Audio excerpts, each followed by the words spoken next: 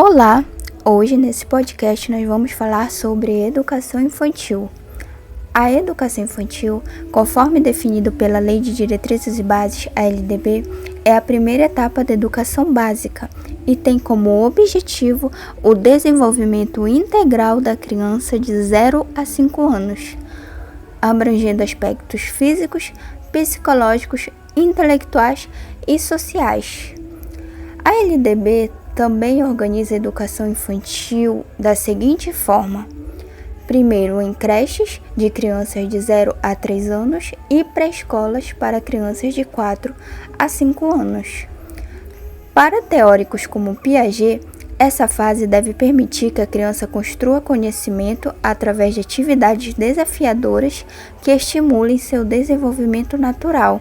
Já para Vygotsky, o aprendizado ocorre por meio de interações e experiências mediadas pelo professor, que desempenha um papel essencial de guiar o processo educativo. Dessa forma, a educação infantil busca não só repetir saberes, mas também formar indivíduos capazes de criar e inovar. Entendemos que o professor desempenha um papel muito importante nesse processo de desenvolvimento na educação infantil. Para tornar essa experiência mais completa, entrevistamos 2 professores da área para compartilharem suas experiências e expectativas.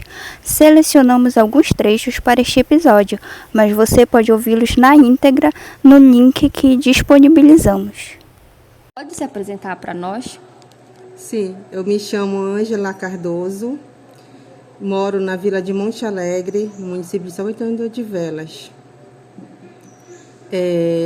Eu me formei no ano de 2020 em magistério, técnico em magistério, e comecei a atuar em 2001.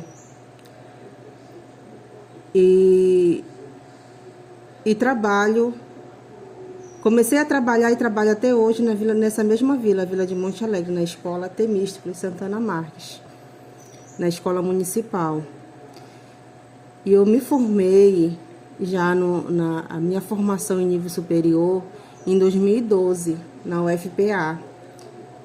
Iniciei em 2012 e terminando em 2016. Essa é a minha formação hoje.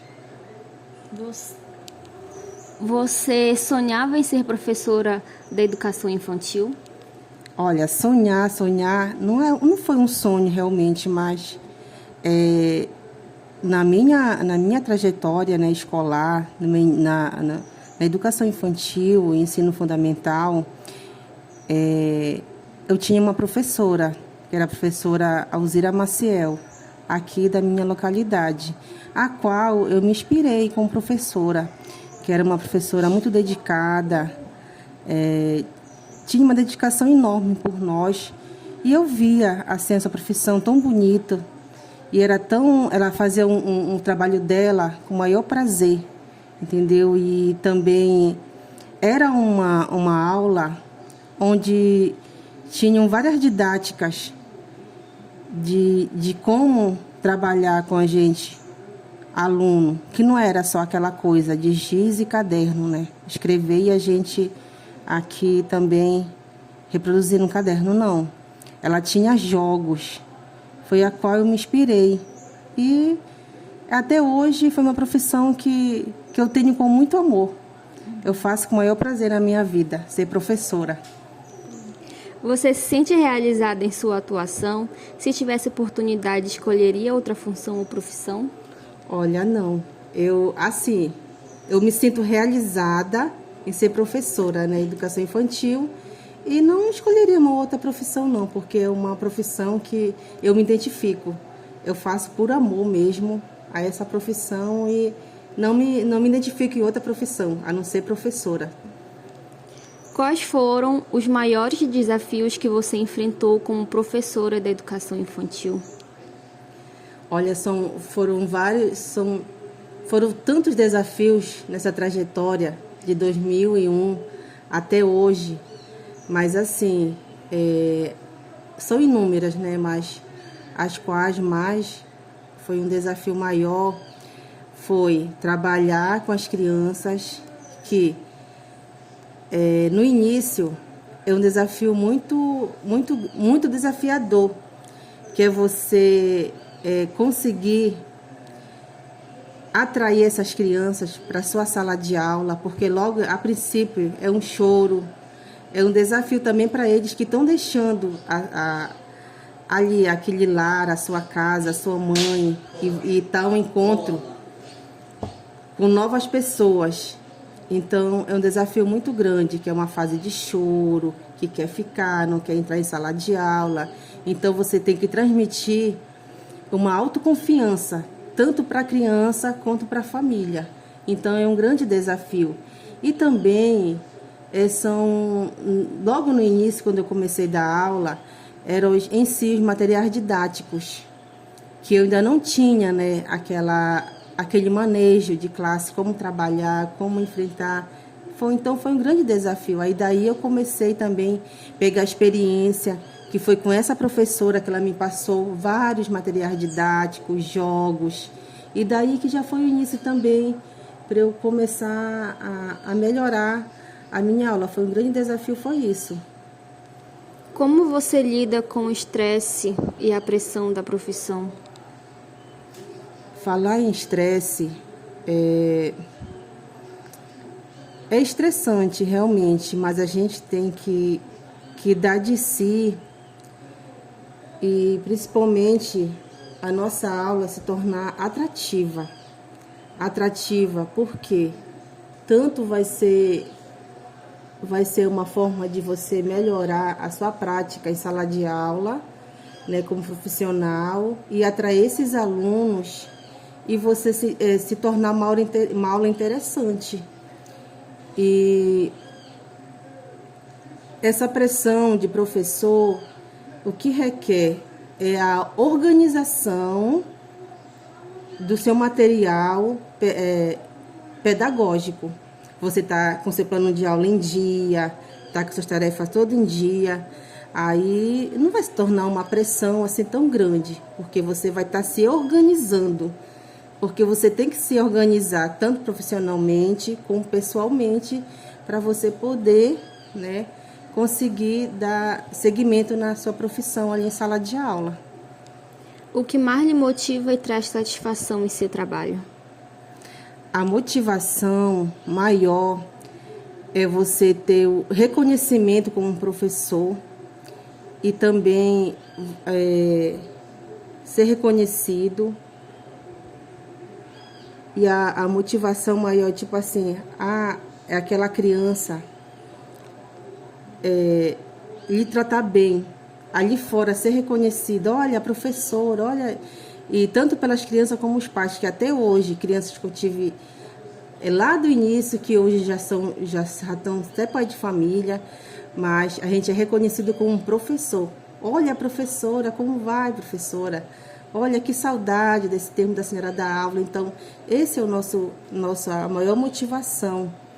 E também você dar aula, você ser professora, é você saber que na educação, com a educação, você vai mudar a vida de alguém. Tanto você muda a vida do seu aluno, como a vida dos seus familiares. Que ali ele vai ter um caminho melhor, vai ter uma vida melhor, né? Sabendo que estudando ele está sendo motivado, tanto é uma motivação tanto para nós como para eles também. Ele vai dar seguimento na vida dele profissional. Quais mudanças você gostaria de ver no sistema educacional para melhorar a educação infantil?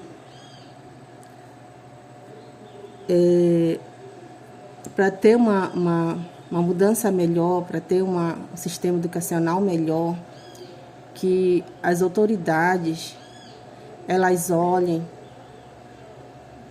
com olhar que vai abranger totalmente assim a nossa educação, como as ferramentas que hoje a gente precisa em sala de aula para trabalhar, materiais didáticos às vezes não tem, uma alimentação, né, uma merenda escolar de boa qualidade também, e a nossa também remuneração também como profissional, que às vezes nós não temos esse olhar de ser bem remunerados. Olha, hoje é implantados vários programas do governo. A gente, como professor, a gente tem que se desdobrar para a gente cumprir com esse calendário todo. São tantas avaliações e às vezes a gente trabalha tanto o dia todo, né, o período de segunda a sexta, entrando pelo final de semana para poder cumprir esse calendário escolar, para poder cumprir essa agenda todinha como professor. E também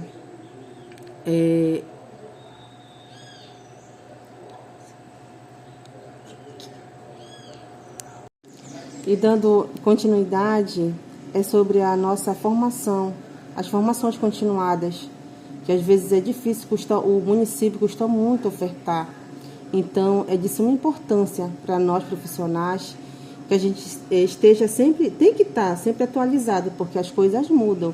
Então, a gente ser professor é um aprendizado constante. A gente sempre está em busca de aprendizado, porque mudam, principalmente o sistema, né, de ensino. Então, essas formações tinham que ser ofertadas de vez em quando para a gente, professores, para nós profissionais. Então, o município custa muito ofertar. Então, é de suma importância essa formação constante para nós profissionais da educação. Você pode se apresentar para nós? Sim, eu sou a professora Airce. Eu trabalhei no ano de 1974. Eu trabalhei na educação, com a educação infantil. Você sonhava em ser professora de educação infantil? Sim, sonhava, porque eu sempre via os trabalhos da minha mãe era professora também, e eu gostava do trabalho que ela realizava, e assim eu fui também gostando.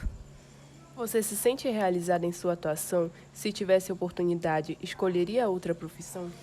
Eu me sinto realizada e não escolheria, porque essa era a minha vontade, trabalhar com educação infantil. Que papel você acha que os pais devem desempenhar na educação infantil?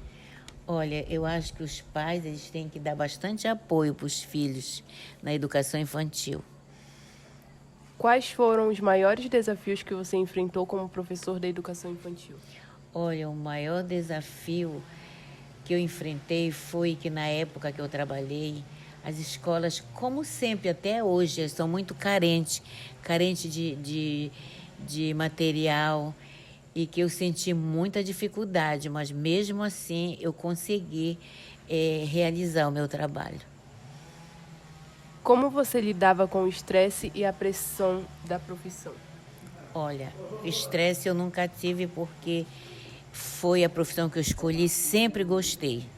Aí eu nunca me estressei nada, sabe? Para mim, na escola eu me sentia tão bem quando eu estava na escola, como se eu estivesse na minha casa. O que mais lhe motivava e trazia satisfação em seu trabalho? Olha, o que mais me motivava era ver o desempenho das crianças, sabe? Crianças ativas, crianças que realmente os pais apoiavam no meu trabalho.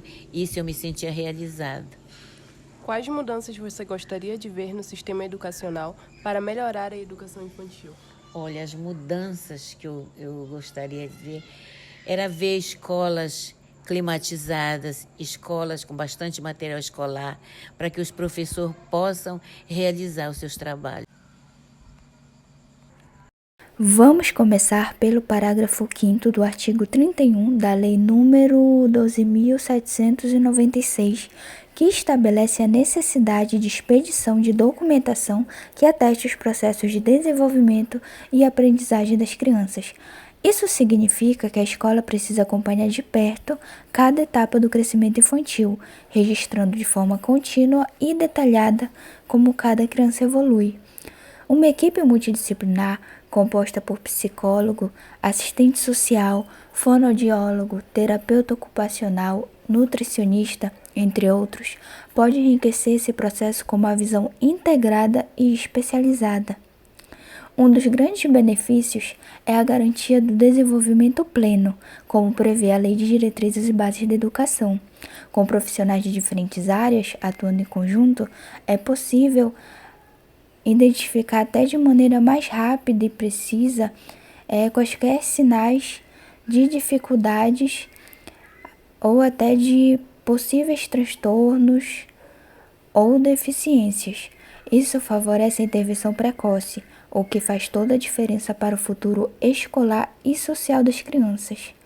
A presença dessas equipes não é apenas uma demanda nova, já é algo amplamente defendido por teóricos e profissionais da educação, que apontam para a necessidade de ampliar o apoio especializado nas escolas.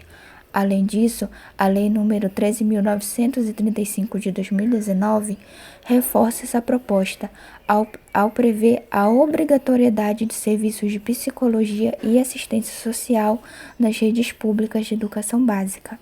Portanto, ao investir em equipes multidisciplinares nessa etapa da educação, estamos não só cumprindo a legislação, mas também garantindo que cada criança tenha o suporte necessário para seu pleno desenvolvimento. Essa é uma ação fundamental para construir uma educação mais inclusiva e que realmente respeite as necessidades individuais dos pequenos. Bom, gente, ficamos por aqui. Espero que tenham gostado da discussão de hoje. Ao final, colocaremos o QR Code de leituras complementares e outros materiais que vocês podem estar se aprofundando mais. Assistam o podcast na íntegra e até a próxima!